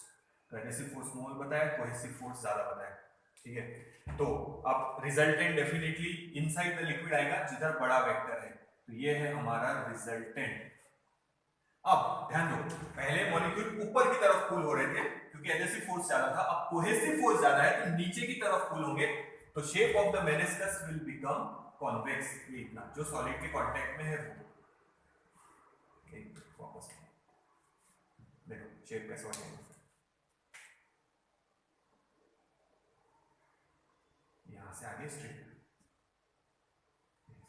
ठीक है। तो देखो कोहेसिव फोर्स स्ट्रांग था, इधर सॉलिड के कांटेक्ट में नहीं है तो इधर सरफेस स्ट्रेट है, पर जहां सॉलिड के कांटेक्ट में है एडहेसिव फोर्स कम है, कोहेसिव फोर्स स्ट्रांग है, तो कोहेसिव फोर्स ने मॉलिक्यूल को अपनी तरफ पुल कर लिया है। और फिर से देखो रिजल्टेंट का एंगल सरफेस के साथ है 90 डिग्री, 90 डिग्री होना चाहिए फॉर इक्विलिब्रियम। आप ऐसे भी लिख सकते कि रिजल्टेंट के साथ सरफेस का एंगल होना चाहिए 90 डिग्री। तो रिजल्टेंट फोर्स पहले ये ज्यादा था तो इसकी तरफ लिया, अब कोहेसिव फोर्स ज्यादा है तो कोहेसिव फोर्स की तरफ लिया, ठीक है। और शेप बन गया कॉन्वेक्स, शेप के साथ एंगल देखो रिजल्टेंट का 90 डिग्री। ये पैराशूट जैसा है समझो, ये पैराशूट है, पहले खुलते समय स्ट्रेट, फिर जब आप यहाँ पे फोर्स लगाएंगे तो वो शेप ऐसा बन जाएगा, shape of the parachute becomes convex, ठीक है। यहाँ पे थ्रेड है समझना, धागे रहते, तो इधर से हमने पुल किया है अंदर की तरफ, इसीलिए वो पैराशूट का शेप कैसा बन जाता, कॉन्वेक्स स्ट्रेट। फिर हम पुल करेंगे तो आर्क के शेप में पैराशूट उड़ता हुआ, राउंड वाले नहीं, वो ग्लाइडिंग के लिए जो पैराशूट यूज होते हैं ना उसके बारे में बात कर रहे हैं। तो आप दोनों तरफ से उसको पुल कर लो तो शेप कैसा बन जाएगा, देखो कॉन्वेक्स। तो वही वहां हुआ है, मॉलिक्यूल इधर की तरफ पुल हुए अंदर की तरफ, तो यहाँ स्ट्रेट थे पर समझो ये मॉलिक्यूल यहाँ थे स्ट्रेट लाइन में से, पर इधर वाला फोर्स ज्यादा था इसीलिए ये इधर की तरफ पुल हो गए मॉलिक्यूल्स, तो कैसा शेप बन गया, कॉन्वेक्स। देखो टेंजेंट बना सकते हैं, अब यहाँ तो मिक्स नहीं होगा तो आप चाहे तो टेंजेंट यहाँ ड्रॉ कर सकते हैं, दिस इज टेंजेंट टी, ये पॉइंट हमारा A T, A P adhesive force, A C cohesive force, A R resultant force, A T is the tangent. तो यहाँ पे भी मत बनाओ, मिक्स हो जाएंगे सब एरर्स। तो यहाँ शेप बन गया कॉन्वेक्स। एग्जांपल है mercury and glass, adhesive force is very very small as compared to cohesive force, या आप बोल सकते हैं cohesive force is very very large as compared to adhesive force, कुछ भी चलेगा। अब इस सिंबल में लिखना है तो AP is very very small as compared to AC, और डायग्राम में वो दिखाया गया है, तो ठीक है ना। पहले मॉलिक्यूल स्ट्रेट था, हमने नीचे वाला फोर्स ज्यादा है तो पुल कर लिए, तो शेप कैसा बन जाएगा, कॉन्वेक्स। यहाँ मॉलिक्यूल अपवर्ड डायरेक्शन में पुल हुए तो शेप कैसा बन गया, कॉन्केव। अब प्रेशर देखेंगे तो यहाँ अगर P1 है P2 है तो डेफिनेटली नीचे से प्रेशर ज्यादा होगा तभी ऐसा शेप बनेगा, ये बात में आएगा हमारे काम। थर्ड वाला बता था प्लेन सरफेस का, पहले ये देखो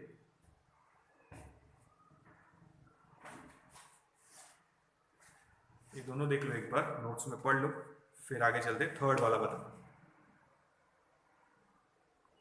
तो ध्यान रखना ये इधर मॉलिक्यूल इधर की तरफ पुल हुए, इसीलिए शेप यहाँ तो सॉलिड कांटेक्ट में नहीं है, पर जहां कांटेक्ट में था वहां नीचे हो गया, इधर कांटेक्ट में नहीं है, जहां कांटेक्ट में वहां ऊपर की तरफ पुल हुए।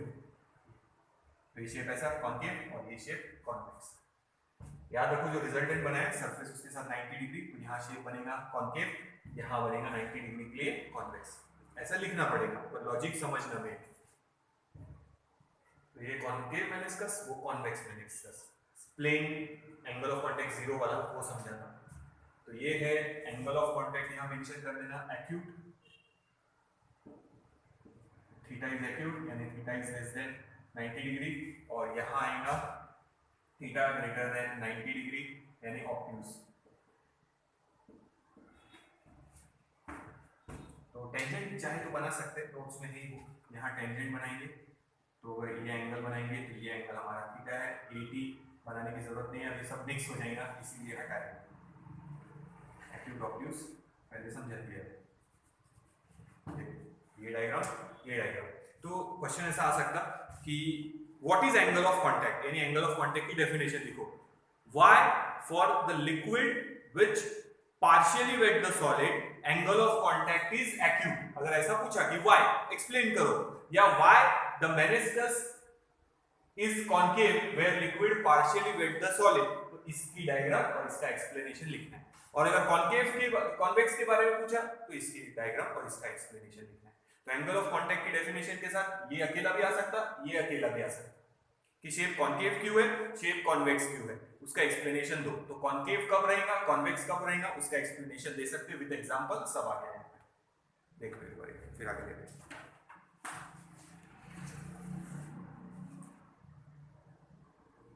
अब देखो, अब लेंगे जीरो एंगल ऑफ कांटेक्ट के लिए, where liquid completely wets the solid। तो हम लिखेंगे example, pure water and clean glass. ये बनाया हमने सॉलिड,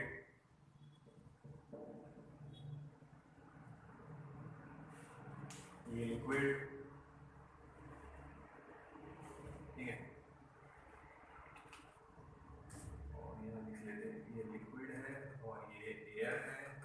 यहाँ का मॉलिक्यूल एक कंसीडर करेंगे और उसका बनाएंगे स्फीयर ऑफ इन्फ्लुएंस। जैसे दो इसमें लिया वैसे ही सेम। ये है एडहेसिव फोर्स। तो कंप्लीटली वेट में हमने कंडीशन क्या डाला था, देखो ये पॉइंट ए, ये पॉइंट बी।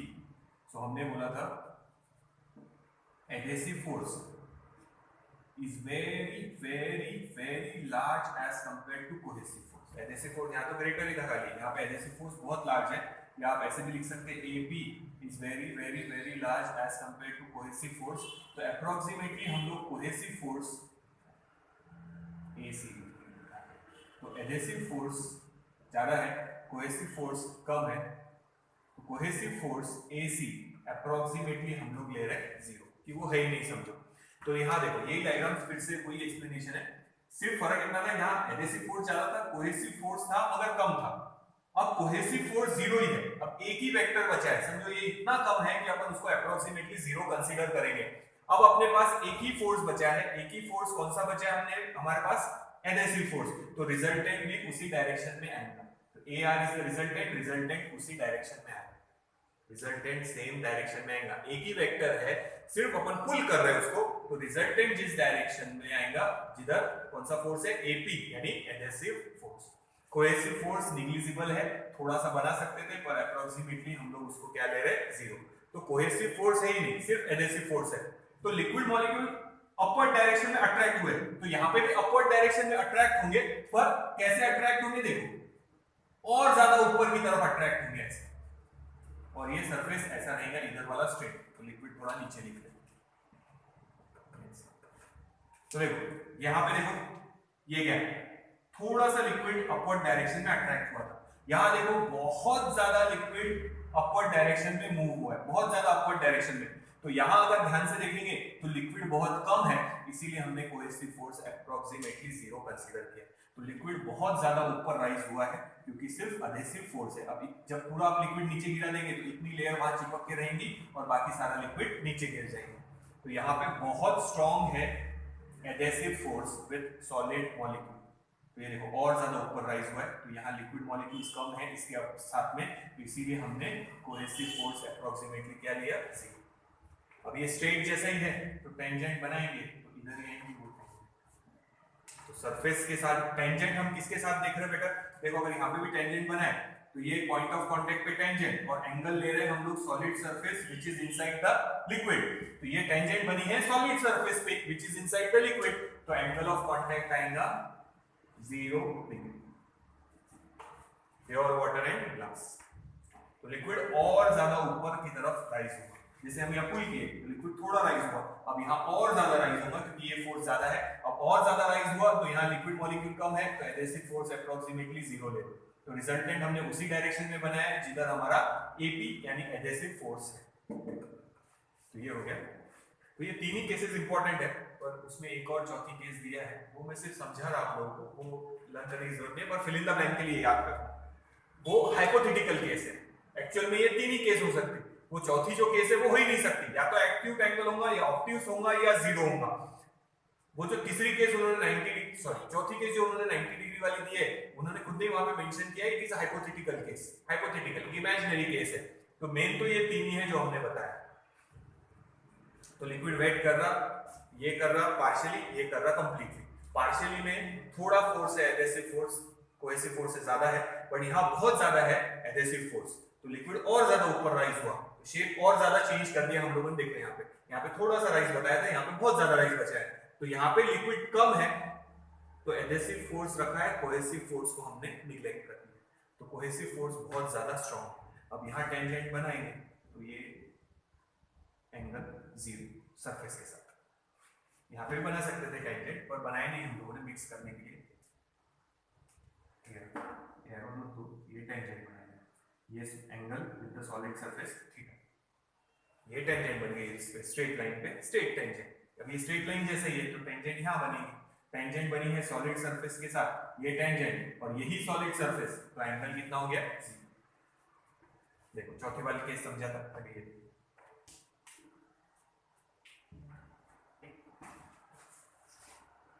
ये नोट डाउन करो, इसीलिए ये सही यहीं पे रखा है, इसको नहीं मिटाया था, सेकंड वाली को मिटा दिया। यहाँ थोड़ा पुल हुआ है, यहाँ बहुत ज्यादा पुल हुआ है क्योंकि एडेसिव फोर्स बहुत स्ट्रॉन्ग है। अब यहाँ लिक्विड पुल हुआ है तो लिक्विड कम हो गया, यहाँ पे इतनी सी लेयर है, तो डेफिनेटली हम कोहेसिव फोर्स को 0 ले रहे हैं। एडेसिव फोर्स की तरफ ही रिजल्टेंट बनाया है याद रखो, तो इसने और ज्यादा पुल किया है। तो अप्रोक्सीमेटली पानी का सरफेस जो है वो सॉलिड के साथ ही है ऐसा। तो यहाँ टेंजेंट बनेगी, रिजल्टेंट बनाया है इधर, तो ये रिजल्टेंट के साथ देखना है तो 90 डिग्री सरफेस का है, देखो जो स्टार्टिंग में भी बताया था।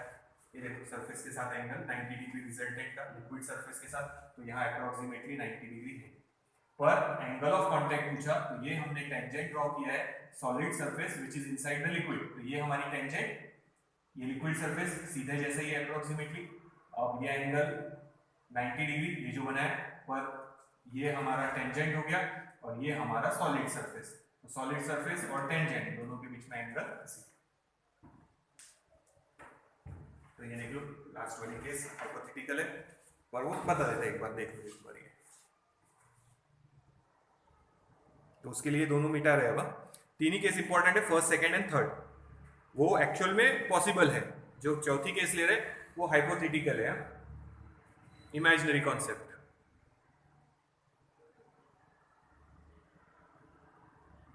ये वाली केस हाइपोथेटिकल केस है, या तो लिक्विड पार्शियली वेट करेगा या कंप्लीटली वेट करेगा या वेट नहीं करेगा। ये वाली केस पॉसिबल नहीं है, जैसे हाइपोथेटिकल कंडीशन है, लिखने के लिए तो आने ही नहीं वाली, पर मे भी अगर आए तो फिल इन द ब्लैंक के लिए याद रखना। सॉलिड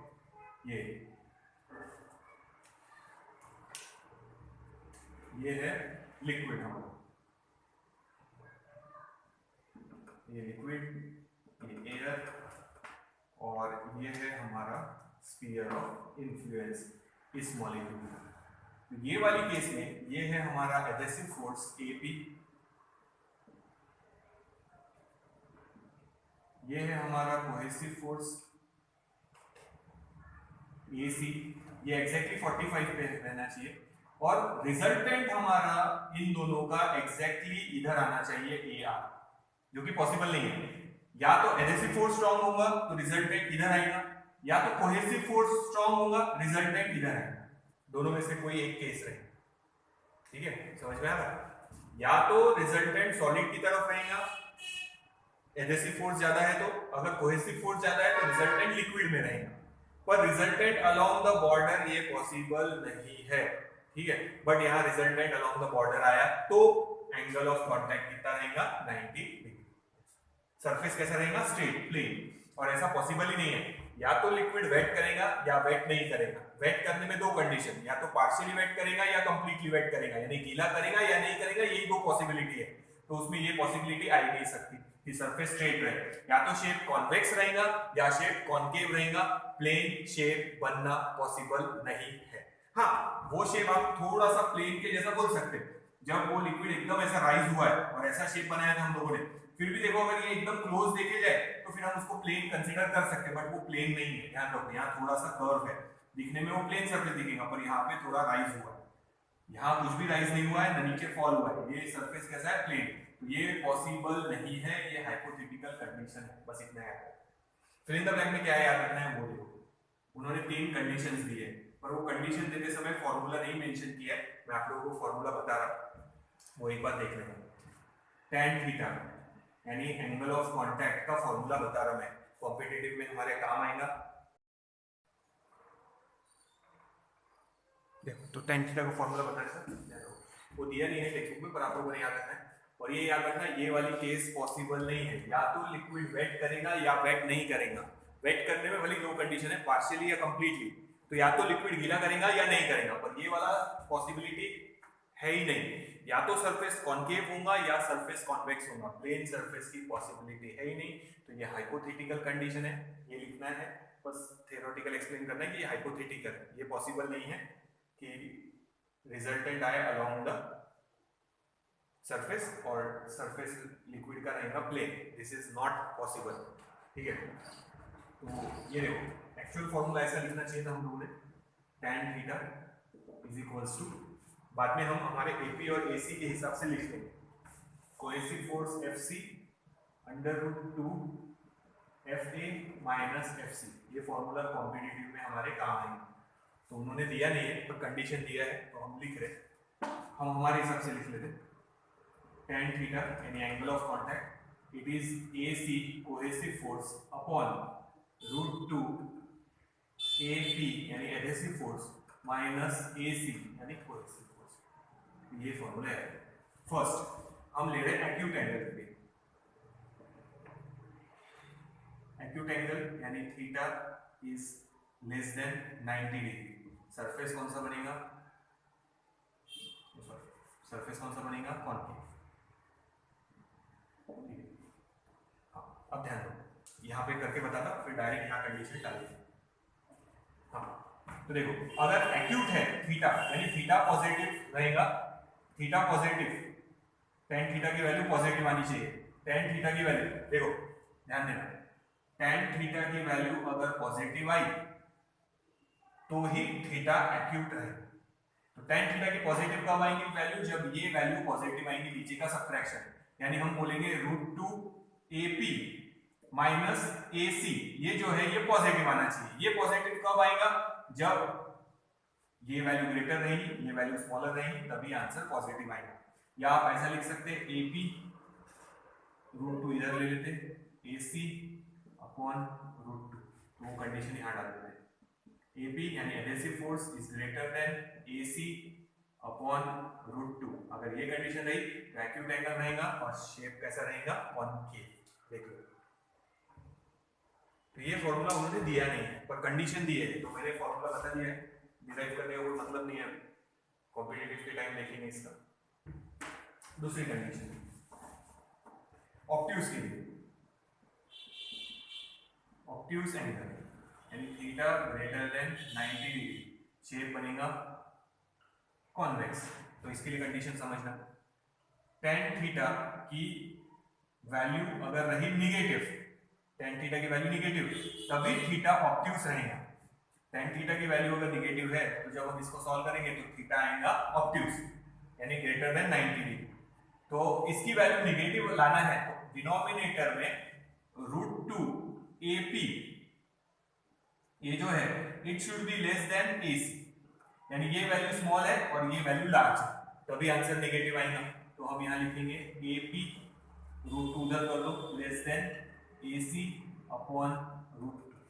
तो वो कंडीशन जैसे यहाँ थी वैसे यहाँ कंडीशन फॉर्मूले से बना के डालेंगे, AP less than AC upon √2, ये वाली एडहेसिव फोर्स कम है, कोहेसिव फोर्स ज्यादा है, यहाँ एडहेसिव फोर्स ज्यादा है, कोहेसिव फोर्स कम है, पर रिलेशन आ गया देखो। तो ये फॉर्मूला है उनके रिलेशन का, थर्ड वाला देखो, जो कि पॉसिबल नहीं है, पॉसिबल नहीं है।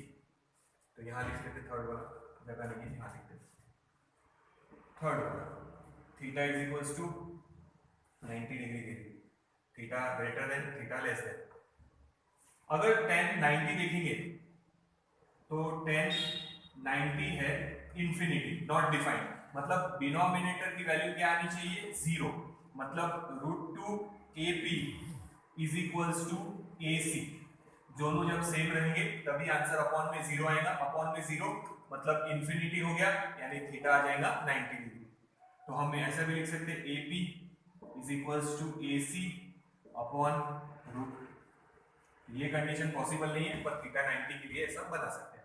तो ये दोनों पॉसिबल है, या तो एक्यूट होगा या ऑब्ट्यूज होगा, या लिक्विड वेट करेगा या नहीं करेगा, बट ये वाली कंडीशन पॉसिबल नहीं है, क्योंकि या तो सरफेस कॉन्केव होगा या सरफेस कॉन्वेक्स होगा, प्लेन सरफेस पॉसिबल नहीं है, ध्यान रखना। तो ये देखो एक बार, तो ये फिल इन द ब्लैंक के लिए ये और ये याद रखना, हमने फॉर्मूले पर से निकाला है, देख लो ये फॉर्मूला ये फॉर्मूला याद रखना। थीटा अगर आपको चाहिए एक्यूट तो tan थीटा की वैल्यू होनी चाहिए पॉजिटिव, पॉजिटिव के लिए ये पॉजिटिव आना चाहिए, तो उस पर से हमने ये बनाया। ऑब्ट्यूज अगर एंगल चाहिए, ये थीटा ऑब्ट्यूज होना चाहिए, तो इसका आंसर आना चाहिए नेगेटिव, नेगेटिव के लिए लिया यानी ये वैल्यू स्मॉल ये वैल्यू ग्रेटर, उस पर से ये कंडीशन बनी। और अगर 90 चाहिए तो अपॉन में जो वैल्यू है वो 0 आनी चाहिए, 0 के लिए ये कंडीशन बनी। ये हाइपोथेटिकल केस है, याद रखना थर्ड वाला।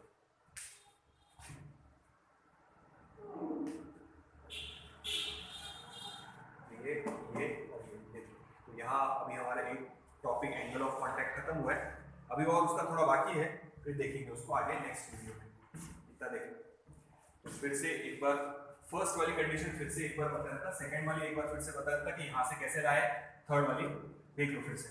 थर्ड वाली में 90 चाहिए, tan 90 इज इंफिनिटी, इंफिनिटी मतलब अपॉन की वैल्यू 0 चाहिए, अपॉन की वैल्यू 0 आ गई, मतलब दोनों इक्वल, तो ये कंडीशन बनी। फिर से एक बार बता देता हूँ वो दो कंडीशन कैसे रहा है।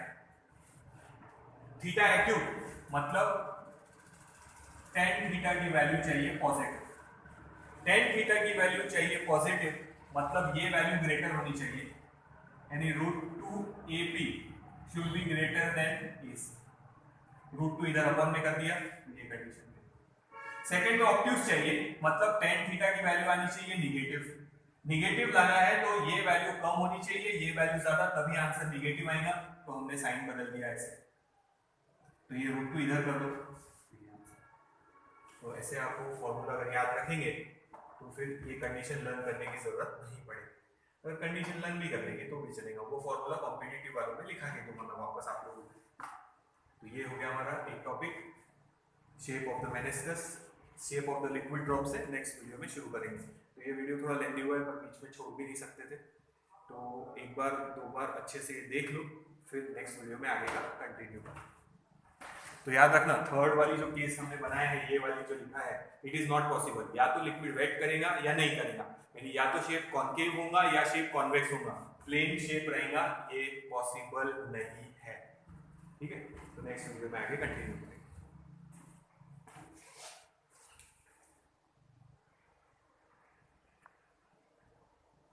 तो ये फॉर्मूला जस्ट एक्स्ट्रा जो बताया वो नोट करना, ये कोई काम नहीं आने वाला, हमें फिलहाल कॉम्पिटिटिव में हमारे काम आएगा। ये फॉर्मूला ऐसे भी लिख सकते हैं, ऐसे भी लिख सकते हैं, अभी हमने हमारे हिसाब से ऐसे लिखा है, या फिर ऐसे भी cohesive force, adhesive force, cohesive force, और उस पर से ये कंडीशन और तीसरी का आंसर कैसे लाया, वो ध्यान रखना। फिल इन द ब्लैंक में अगर ये या ये आया तो पहचानते आना चाहिए कि एंगल ऑब्ट्यूस रहेगा या एक्यूट, या एक्यूट दिया रहा तो ये या ये कंडीशन ऑब्ट्यूस के लिए पहचानते आना चाहिए। उसके लिए फॉर्मूला याद रखा तो भी चलेगा, नहीं तो दो कंडीशन लर्न कर लो वो भी चलेगा। देख लो एक बार, एनएससी फोर्स ज्यादा है तो liquid partially wet the solid, cohesive force ज्यादा है, liquid does not wet the solid.